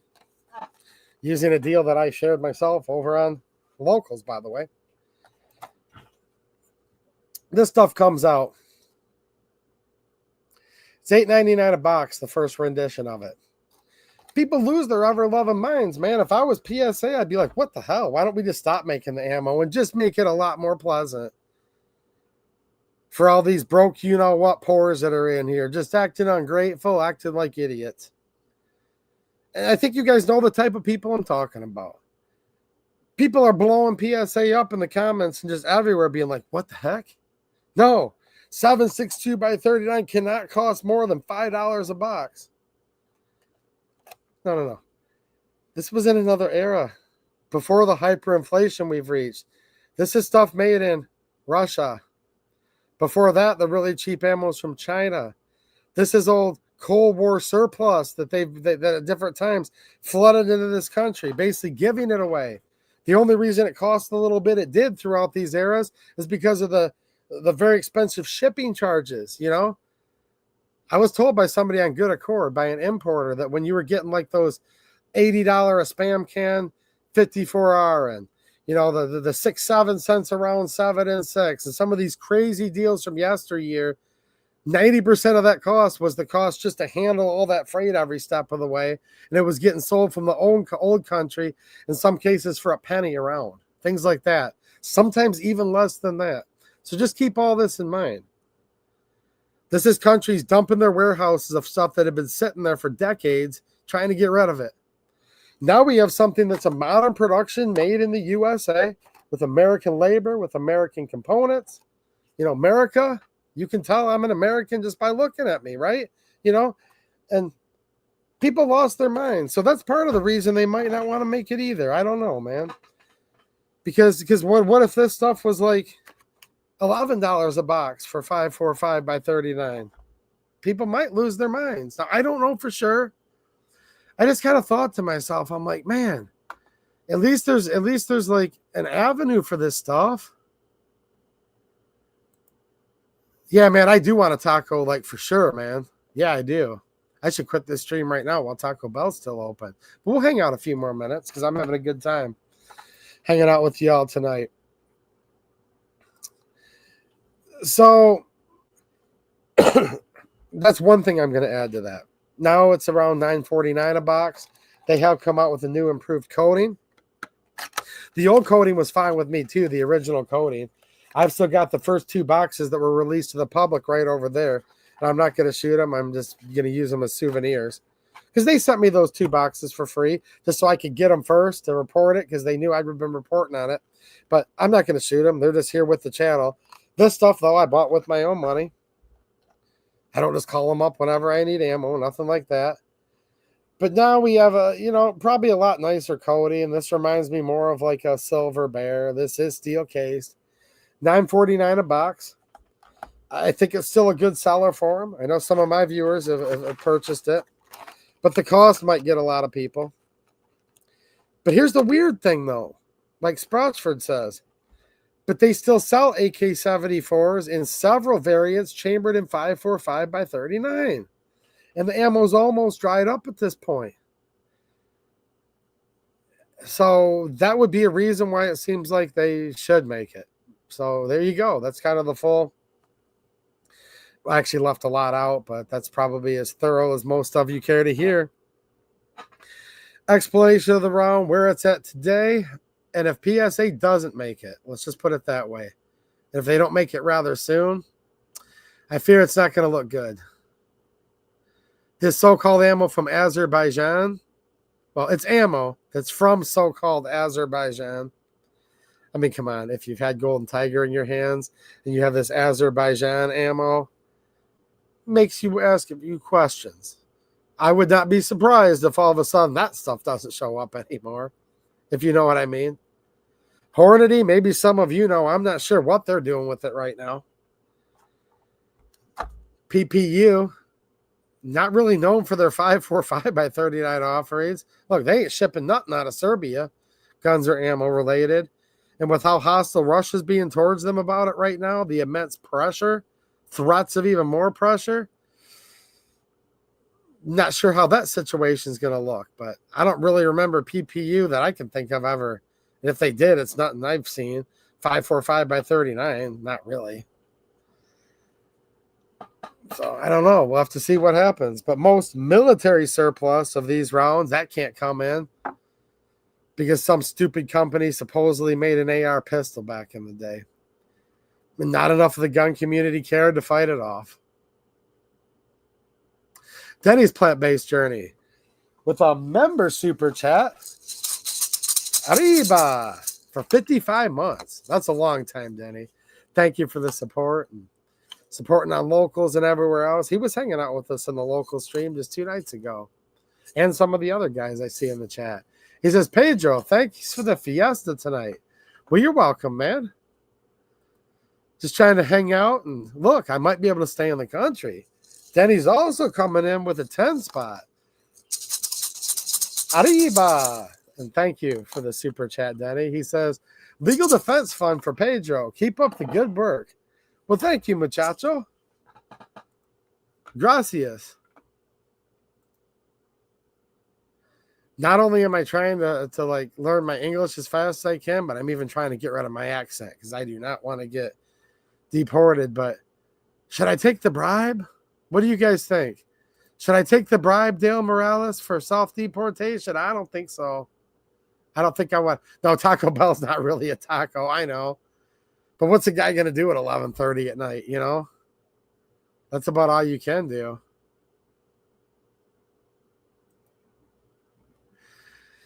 All right. Well, if there was a million other questions when I got into that rant, I'm sorry. If there is a last-minute one that I missed, definitely throw it out there real quick right now, because I did just realize I probably answered one person's question for see what you started, Vince.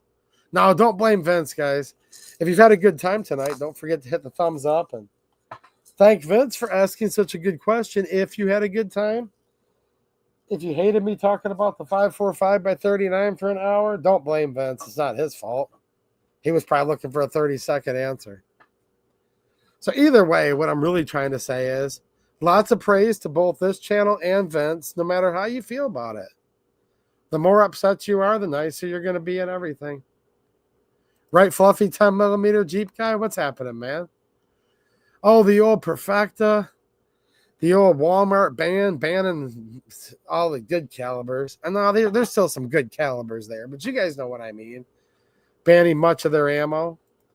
Mateo says, wait, there was a time when AR guys hated the AK? They shunned the 5.45?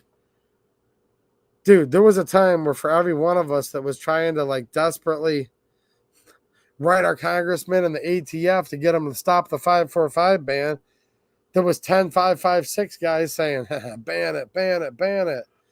But you know why they wanted to do it? So they could finally win these caliber war debates. Because trust me. Now, hold on. I say this very politely. Okay, very politely to all my... Look, I got 5.56 AKs too. You guys know how this works. I love all of it. But since I love all of it, understand I'm saying this very politely. For all the people that are 5.56 master race people, I'm one to talk about a master race. Just look at me. I think I understand that, don't I? Now, look, for all of you that are like 5.56 master race, shout out, but you didn't stand a chance. You didn't stand a chance when you were running your M855 green tip up against that nasty 7 and 6, did they, Mateo? That was the problem, see? It's like, well, I mean, let's get into a debate, boys.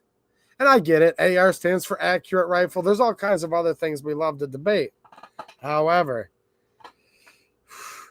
they tried to put the old tip up against the hollow cavity steel core, and it was just not working out the same. I mean, Randy Smith, could this be the new 2A hat? LOL. Dude, I don't know. I don't know how they wear this style in the hot weather. It's actually pretty hot under these studio lights here. I'm under the studio lights, guys. I'm trying to be incognito. Bill, what's happening, man? How many rounds do you have through the GF3?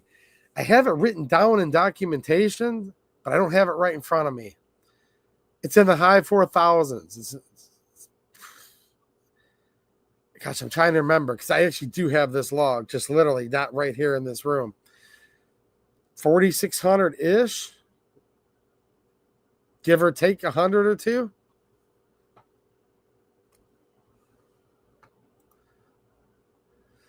Barney Brady, channel member, says, Viva la vida, the 2A EDU. Wow.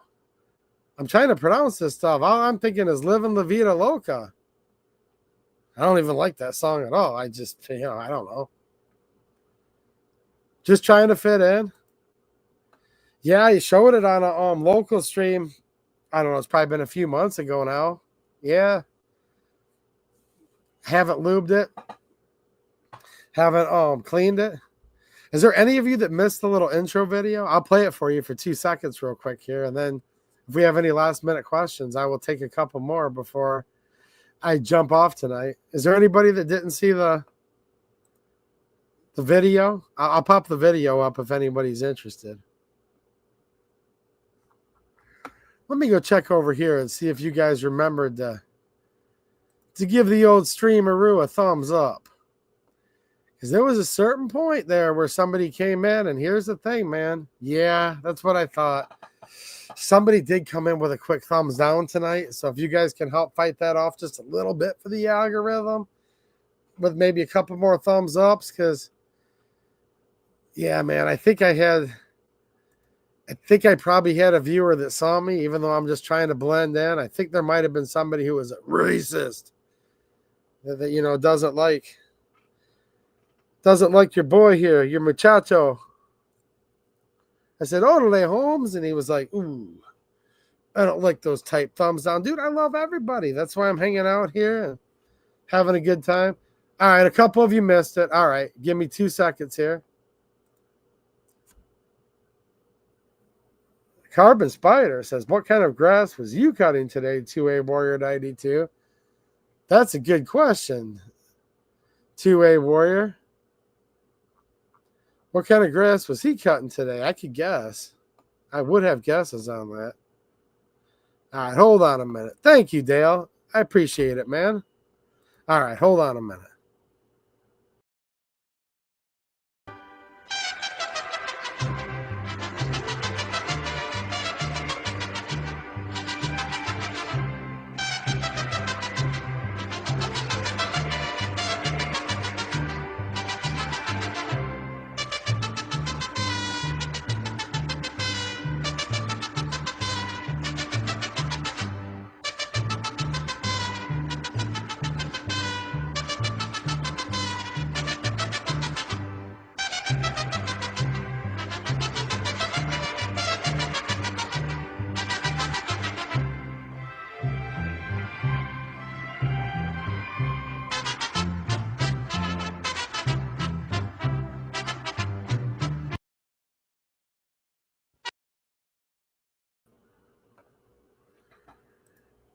There we go. Is that what you guys wanted to see? Some of these guys are probably like, what's this guy even doing here tonight? Dude, I made the big time. Did you see my mariachi band? I'm a star. Right, Gort? I'm a big star now. Cutting music deals, cutting records. Oh, yeah. Playing the new national anthem, you know?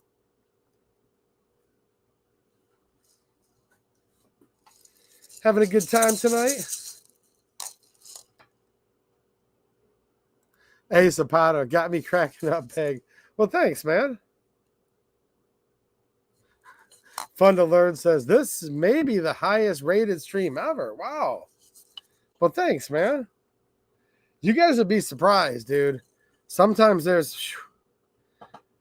think most people are having a good time tonight, aren't we? We having a good time? A couple people, though. G23 is having a good time. Encore. Does that mean you want me to play the video again? I'll play it again in just a minute if you guys want me to when I sign off here.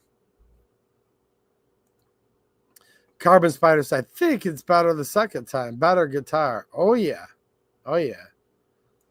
Better guitar. And my mustache looks good. Somebody thought it was just a Photoshop mustache, but there's actually real fur on this. This took me a while to grow.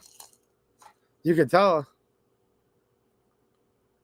This is a good look. I think I'm going to walk around like this in public. 182 QKFTW. What's happening, man? Fun to Learn missed it. You didn't miss it the second time, though, did you? Run it? All right. Yeah. No, there was like one or two people, believe it or not, but I don't think they really meant it. They're like, eh. They looked at me and said, ooh, that looks like a bad hombre. My wife will love it. If she's still awake, do you love it?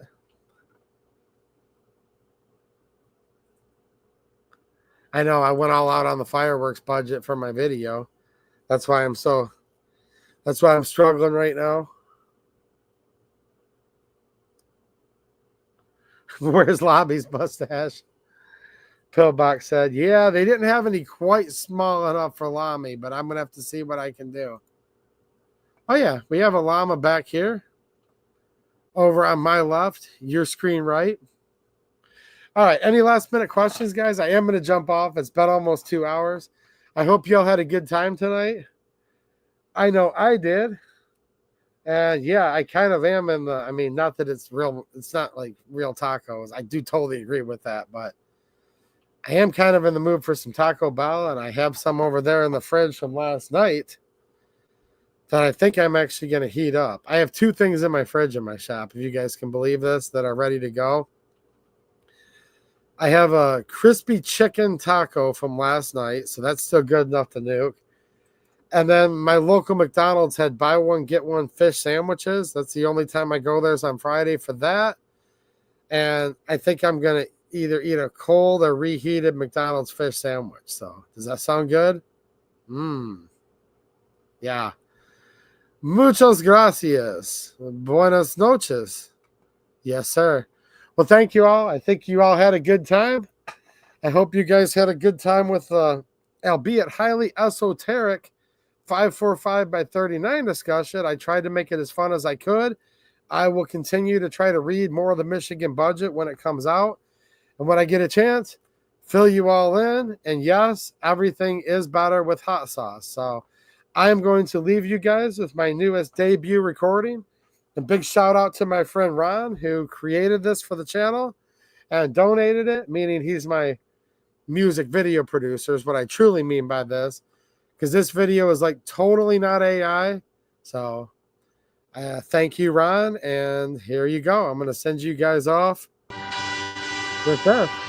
All right, thanks for watching, and have a good one.